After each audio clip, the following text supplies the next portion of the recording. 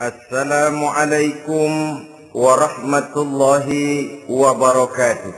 Waalaikumsalam warahmatullahi wabarakatuh. Bismillahirrahmanirrahim. Alhamdulillahi rabbil alamin. Wassalatu wassalamu ala ashrafil anbiya'i wal mursalin, Sayyidina wa maulana Muhammadin وعلى آله وأصحابه المجاهدين الطاهرين أما بعد. Saudara-saudara kaum muslimin seiman dan sekeyakinan yang berbahagia, pada suatu hari seketika sedang berkumpul dengan para sahabat, Rasulullah pernah memberikan peringatan. Beliau bersabda, yushiku an tada'a alaikumul umamu kama tada'al akanatu ala qas'atiha. Pada suatu saat nanti akan datang di tengah-tengah kamu, wahai umat Islam, di mana orang-orang lain di sekeliling kamu akan bersatu mengerubungi kamu seperti bersatunya orang-orang mengerubungi makanan di atas meja hidangan. Akan datang satu saat nanti di mana kondisimu dikepung sedemikian rupa, yang barat mau menerkam, yang timur mau menghantam, yang selatan mau menginjak-injak, yang utara pun akan menjelajah. Kondisimu seperti makanan di atas meja hidangan. Sebagian sahabat merasa heran dan terkejut, lalu mereka bertanya, amin qillati nahnu yawma izin ya Rasulullah. Apakah jumlah kami pada waktu itu sedikit ya Rasul? Kami sampai dikepung sedemikian rupa? Beliau menjawab, bal antum yawma izin katsir. Sama sekali tidak. Kamu tidak sedikit pada saat itu. Bahkan jumlahmu sangat banyak. Kamu adalah mayoritas. Walakinnakum ghusa'un ka ghusa'is sail. Tetapi keadaanmu saat itu persis seperti buih di lautan. Banyak tetapi centang perenang. Banyak tetapi tidak punya daya dan kekuatan. Banyak tapi dipermainkan gelombang lautan, dihempaskan ke tepian pantai tanpa punya makna dan arti. Kondisimu pada saat itu kuantitas yang tanpa kualitas, sehingga orang lain enak saja mengepung kamu. Akidahmu didangkalkan, dibanjiri dengan peradaban dan kebudayaan yang menjauhkan dari agama. Dari segi maksiat dan munkarat seluruhnya mengepung sampai kita melepaskan nilai-nilai Islam kita ini. Dan celakanya, sambung beliau, waliyanzi'anna fi qulubi aduwikumul mahabata minkum. Akan dicabut kehebatanmu di mata musuh-musuhmu, sehingga pada saat seperti itu orang lain memandangmu umat Islam enteng saja, remeh saja, tidak ada apa-apanya. Sudahlah, pokoknya umat Islam sikat saja, umat Islam enteng, umat Islam kecil, umat Islam tidak ada apa-apanya. Alangkah ironinya, alangkah menyedihkannya, memilukan dan sekaligus memalukan. Umat yang mayoritas ini dipermainkan oleh yang minoritas. Umat yang jumlahnya terbesar, terbanyak, bahkan konon menurut catatan sampai 90%, tapi dipermainkan oleh mereka, kelompok-kelompok kecil ini. Waliyakzifanna fi qulubikumul wahn. Pada saat itu di hatimu dicampakkanlah penyakit wahan. Sahabat kemudian bertanya, wa mal wahnu ya Rasulullah? Apakah penyakit wahan itu ya Rasul? Beliau menjawab, hubbud dunya wa karahiyatul maut. Penyakit wahan itu tidak lain hubbud dunya wa karahiyatul maut. Terlalu cinta kepada dunia dan terlalu takut kepada mati. Materialistis dan takut resiko. Dua penyakit inilah yang menyebabkan walaupun umat ini mayoritas, tapi dipermainkan oleh yang minoritas. Walaupun dia golongan terbesar, tapi nasibnya seperti makanan di atas meja makan. Dari segala macam penjuru mau menghantam dia. Saudara-saudara kaum muslimin yang berbahagia, ini merupakan analisa sosial bahwa pada suatu saat nanti akan terjadi di tengah-tengah umat di mana kita dihantam dan diserbu dari segala macam penjuru. Akidah didangkalkan, peradaban dan kebudayaan dirusak, makanan dan minuman diracuni, pakaian ditelanjangi dan lain sebagainya, sampai kita melepaskan nilai Islam yang kita cintai ini. Kondisi sosial ini satu saat akan datang kepada kita. Demikian analisa dan peringatan dari Rasulullah Sallallahu Alaihi Wasallam. Marilah sekarang kita melihat, adalah benar bahwa di zaman sekarang kita insya Allah tidak akan mengalami perang Badar sehebat yang pernah dialami oleh Rasul dan para sahabatnya. Tetapi sesungguhnya perang yang kita hadapi di zaman sekarang ini tidak kalah hebatnya dengan perang Badar, tidak kurang dahsyatnya dengan perang Uhud, tidak kurang ngerinya dari perang Khandaq. Hanya saja yang kita hadapi sekarang ini bukan ujung pedang, bukan ujung tombak, bukan ujung panah. Yang kita hadapi sekarang ini adalah perang akidah, perang ideologi, perang mempertahankan keyakinan. Yang kalau kita kalah sekarang, kita memang masih beragama.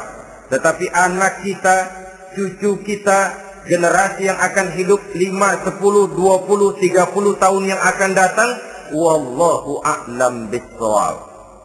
Islam, saudara-saudaraku, tidak mungkin hilang dari dunia. Tetapi tidak mustahil Islam gulung tikar dari desa kita. Tidak mustahil Islam gulung tikar dari kampung dan kota kita, jikalau kita tidak menjaganya, jikalau kita tidak memeliharanya, bahkan jikalau kita tidak mewariskannya kepada anak-anak kita, generasi yang akan datang. Marilah kita mengingat sejenak bagaimana Islam di Spanyol yang pernah jaya, pernah mewarnai daratan Eropa, dan yang sekarang hanya sekedar tinggal ceritanya saja. Ini pernah diperingatkan oleh Rasul dalam satu hadis, sayati ala ummati zamanun la yabqal Islam illa ismun wala minal Quran illa rasmun. Akan datang satu masa di tengah umatku di mana pada masa itu Islam ada tapi hanya tinggal sekedar namanya saja, dan Quran pun ada tapi cuma sekedar tinggal tulisannya saja. Apabila kita tidak mewariskan ini kepada generasi yang akan datang, maka serbuan-serbuan dari berbagai macam penjuru dari hari ke hari semakin kita rasakan kehebatannya. Tidak mustahil sejarah Spanyol akan terjadi di desa kita, akan terjadi di kampung kita, akan terjadi di kota kita. Orang Spanyol, kalau mereka cerita kepada anaknya, mereka akan cerita, nak, di sini dulu ada masjid. Kapan Pak? Dulu bener dah. Banyak orang Islam kalau hari Jumat pada sembahyang, kapan itu Pak? Dulu sekali. Sekarang cuma sekedar tinggal ceritanya saja.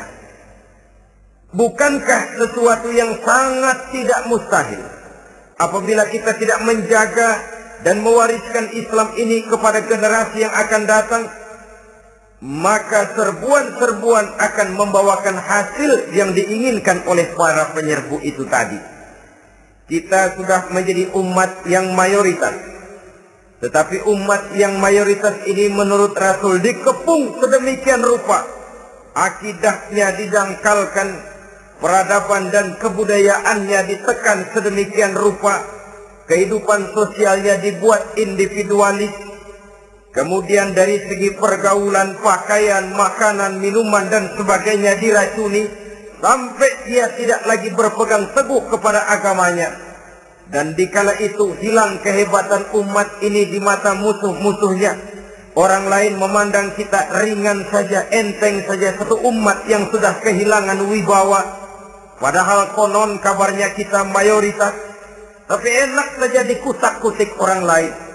Dan dikala itu di hati kita merajalela penyakit uahan. Penyakit uahan itu apa? Pertama, hubbud dunia, terlalu cinta kepada dunia. Terlalu cinta kepada dunia yang menyebabkan kita lupa. Lupa akan tanggung jawab dan kewajiban. Lupa meneruskan dan mewariskan Islam kepada generasi yang akan datang. Kita berlomba hanya untuk mengejar dunia dan seluruh isinya.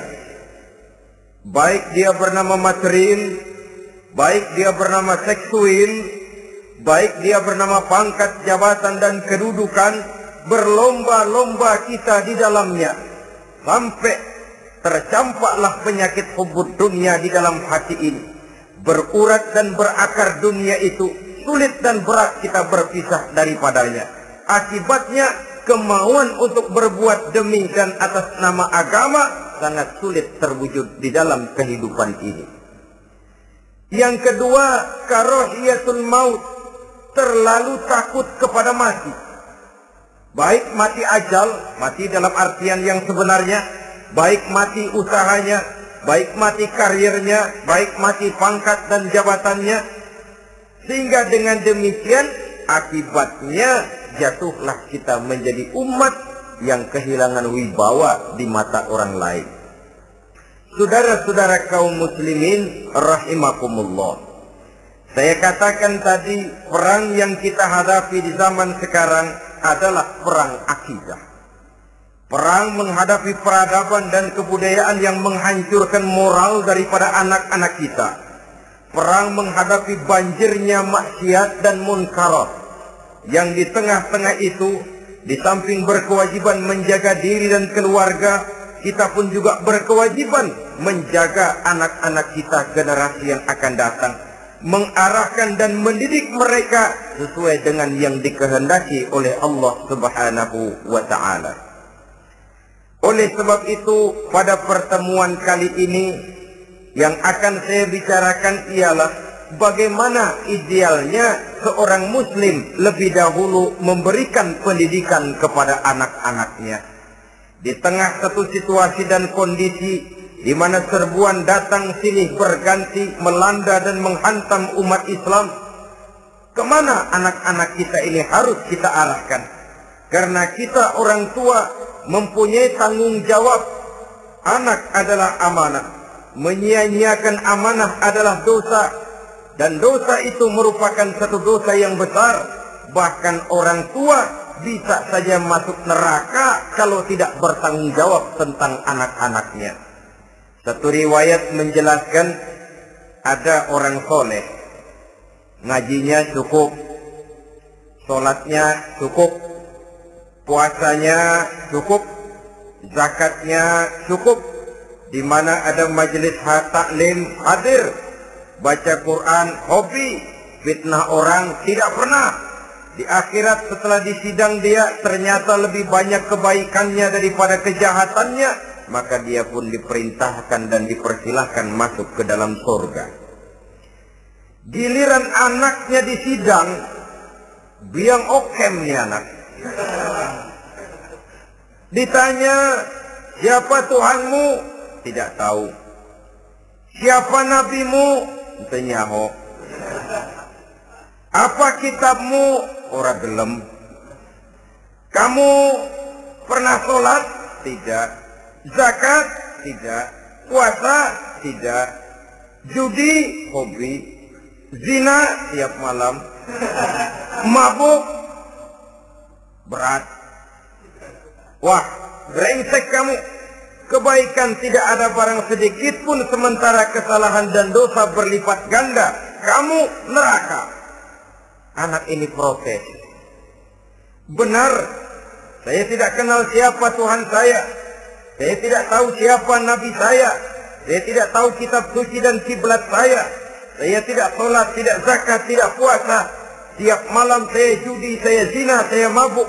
Tapi saya kerjakan semua itu karena saya tidak tahu dan orang tua saya tidak pernah memberitahu saya.